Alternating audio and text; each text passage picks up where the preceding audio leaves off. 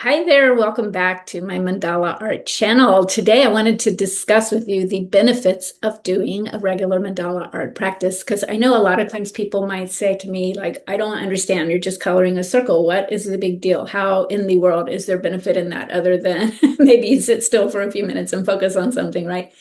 So that's what I wanted to share right now. So I have actually come up with a list of 101 potential benefits that you can get from doing a regular mandala practice. And I'm going to share that with you, but don't worry, you don't have to listen to me read a list of 101 things. And I definitely couldn't memorize 101 things.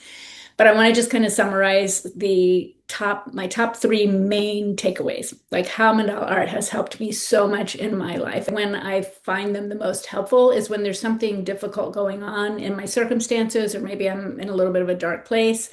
And so doing the creative work really, really helps. But it's not just the act of putting down color, sitting down, being creative. There's so much more than that with mandalas. So, in my experience, the three biggest takeaways. Number one would be making a priority of self-care.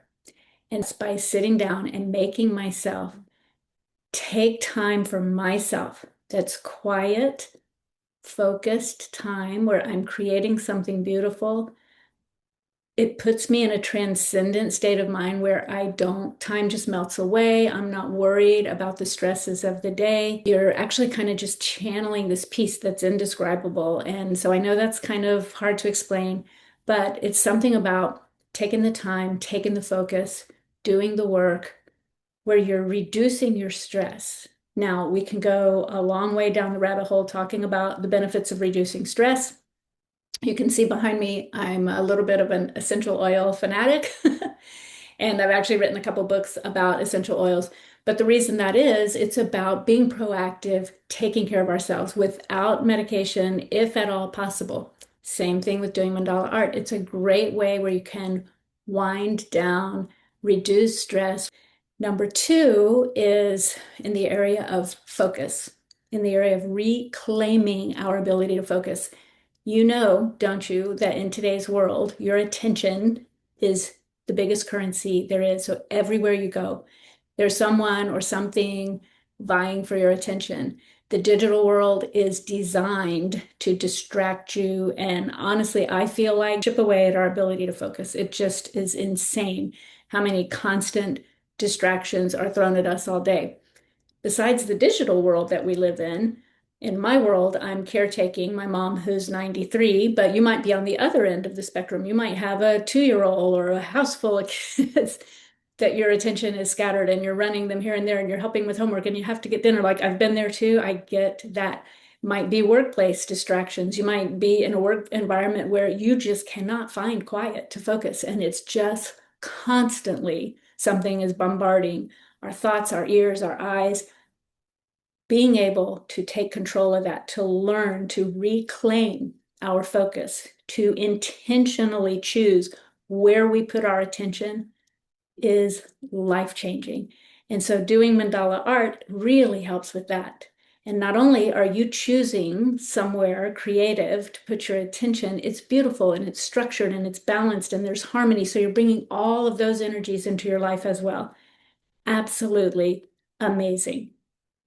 So we've got the area of self-care, stress reduction, the ability to reclaim our focus and choose where we put our attention. These are huge, tangible benefits to developing and creating a mandala art practice. So the third one I'd like to share with you is just how much it can help you develop confidence as a creative person. So it does tell us in the Bible that we're created in the image of God, and God is a creator, and we are part of the essence of the divine. And as such, we are creative. It's just that we don't practice it enough.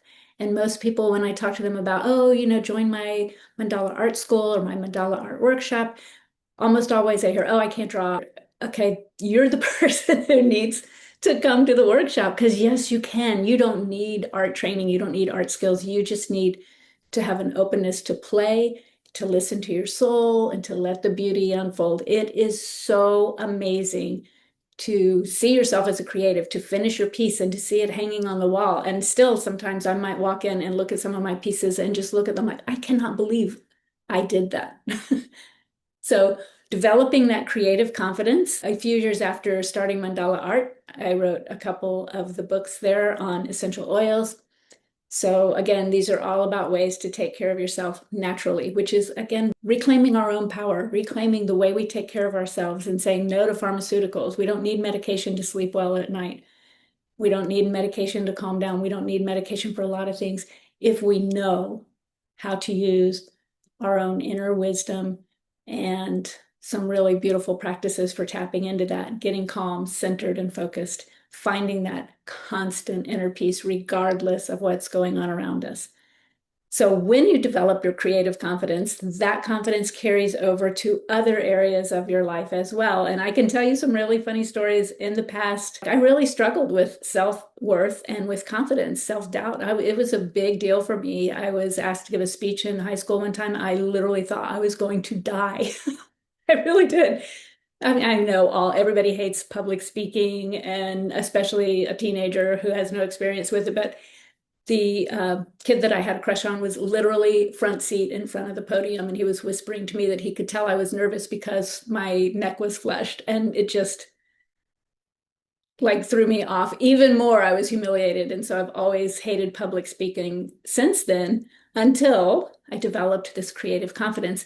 And I love what I do so much now with the oils, with the art. I love teaching people how they can find that same thing. So that creative confidence has spilled over into confidence in other areas of my life, and that can happen for you as well. When you develop that creative confidence, that calm, assured, centered focus in your life, you exude such a beautiful energy that you attract others with kind of a like-minded energy into your world, which you're going to see more synchronicities and you're going to see blessings and just opportunities abound. So you may think it's a little bit of a stretch for me to say doing circular art can change your life in all those ways, but I absolutely promise you it can. I would love for you to study with me. I'm going to include my list of 101 benefits of doing mandala practice. I'll include it. It's a free download. I'll make a way below that you can just get the free download. I hope you've enjoyed this little talk, and please like, subscribe, do the bell, whatever.